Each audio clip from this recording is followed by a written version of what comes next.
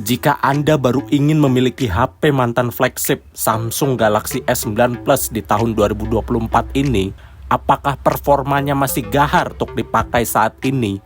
Apakah hasil kameranya masih dapat bersaing dengan gempuran HP zaman now? Berapa harga bekas Samsung S9 Plus terkini? Lantas apakah worth it untuk dibeli? Tonton ulasan video ini sampai selesai. Unit yang saya dapat ada minusnya gan, retak di bagian sisi kanan dikarenakan kesalahan user sebelumnya. Ya minusnya cuma ini aja, selebihnya normal semua. Kenapa saya mau ambil minus retak begini?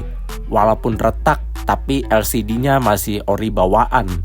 Dan juga tidak ada shadow ataupun green screen dan lightsaber dan apapun itu penyakit layar lainnya. Karena kan kalau cuma retak gini aja penglihatan kita masih original apa yang dihasilkan si layar HP-nya.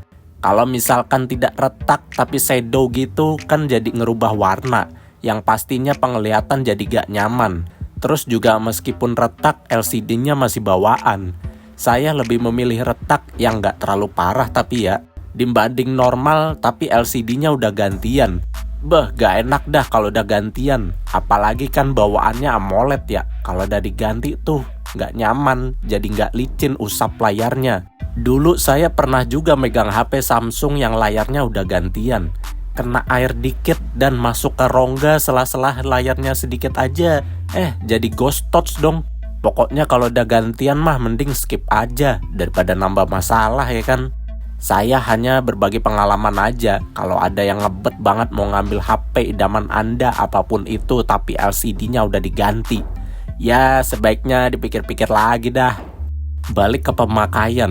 Selama saya menggunakan Samsung S9 Plus, performanya sih masih lancar-lancar aja. Hasil kameranya juga masih bagus. Kalau dibuat main game, dah agak kurang sih. Ya dimainin masih ngangkat lah. Cuma minusnya ini jadi gampang panas. Dipakai buat scrolling media sosial aja dah anget-anget, apalagi ngegame. Kan jadi kurang nyaman ya guys ya. Spesifikasi bodi berukuran 6,2 inch dengan tipe layar curve. Desain gini yang menurut saya timeless. Walaupun jidat dan dagunya tebal, tetapi aura flagshipnya masih berasa sekali. Resolusi layar 1440 x 2960 pixel Super AMOLED display. Untuk dipandang layarnya berlama-lama dan dibuat nonton tak perlu diragukan lagi dah. Nyaman sekali.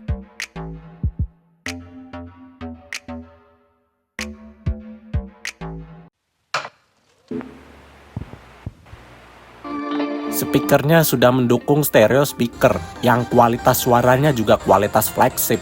Volumenya kencang, bassnya dapet, meskipun udah agak letoy karena pemakaian terus menerus. Maklumlah HP tua.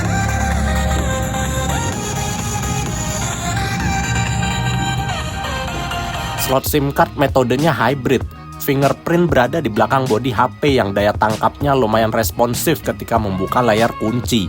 Fitur flagship IP68 tahan air pun ada, tetapi berhubung nih HP dah tuir dan juga second, yang dimana kita tidak tahu sudah beberapa kali menerjang badai HP ini.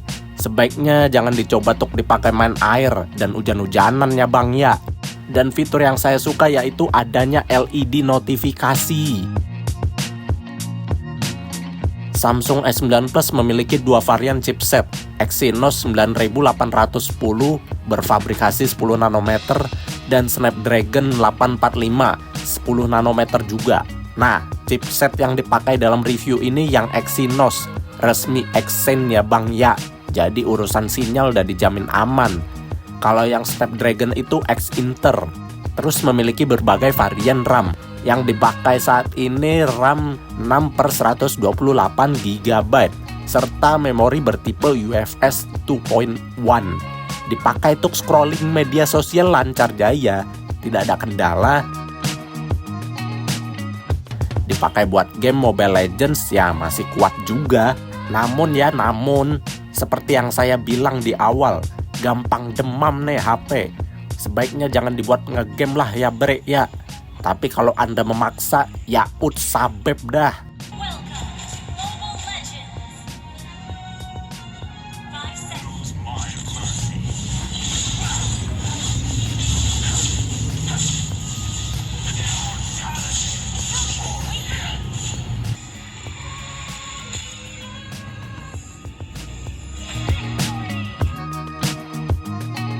Berhubung kapasitas baterainya yang nggak terlalu besar, maka dari itu, jika dibuat bermain game yang pastinya bakal boros sekali. Ini baterainya masih bawaan, belum diganti. Sematch game ML aja yang kisaran waktu 15 menitan berkurang hingga 20%-an. Terdapat dua modul kamera di belakang. Kamera utama beresolusi 12 megapiksel dan 12 megapiksel telefoto.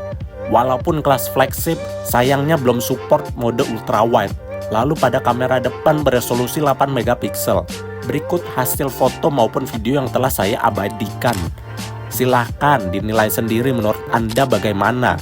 Apakah masih oke untuk dipakai dan di-up ke sosial media? Menurut saya mah masih oke buat bergaya di sosmed. Biar bagaimanapun nih mangtang flagship ya bang ya.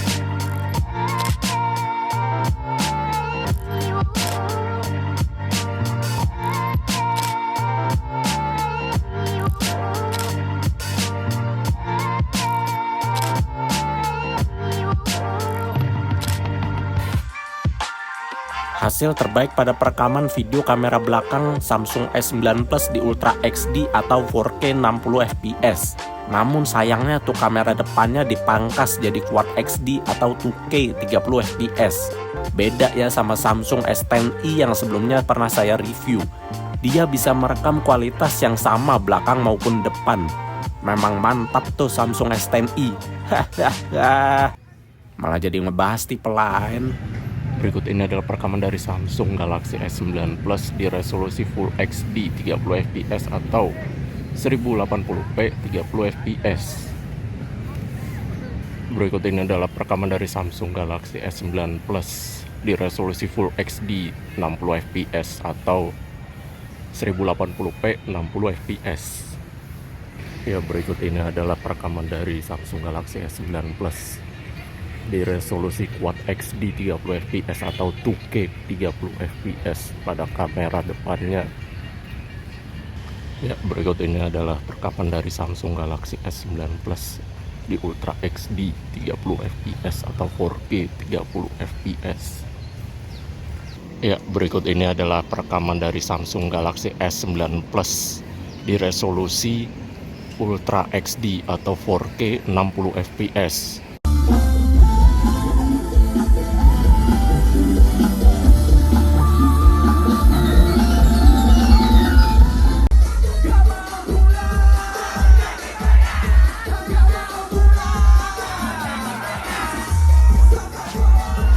Samsung S9 Plus dengan kondisi retak seperti ini saya dapat di harga 850.000. Worth it gak? Jika di kondisi normal dan sesuai varian RAM atau kelengkapannya gimana? Ya untuk pasaran sekarang Samsung S9 Plus di rentang harga 1,9 ke bawah ya guys ya. Jadi gimana menurut Anda setelah menyimak ulasan Samsung S9 Plus ini? Pengen beli apa gak jadi?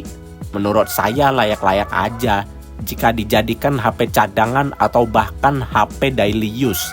Kesampingkan kondisi minus unit yang saya dapat. Pastinya nih HP habis menerjang gebrakan yang mantap ya kan. Tapi nih HP masih tangguh loh. Buktinya dapat Anda lihat sendiri. Memang kualitas Samsung terbaik dah Namun hal yang perlu Anda perhatikan jika memang masih ingin memiliki Samsung S9 Plus, update OS-nya mentok di Android 10. Yang dimana sudah tidak dapat update software lagi. Terus baterainya buat dipakai sehari-hari juga udah lumayan boros. Dan minus yang terakhir yaitu gampang panas. Mungkin karena yang saya pakai versi Exynos kali ya. Kalau yang versi Snapdragon kurang tahu dah. Mungkin ada yang punya, boleh komentar di bawah. Tapi kan kalau X-Inter takutnya email keblok. Nah jadi minus juga dah tuh. Demikian review pengalaman saya menggunakan Samsung S9 Plus menjelang akhir tahun 2024. Terima kasih telah menonton sampai tamat.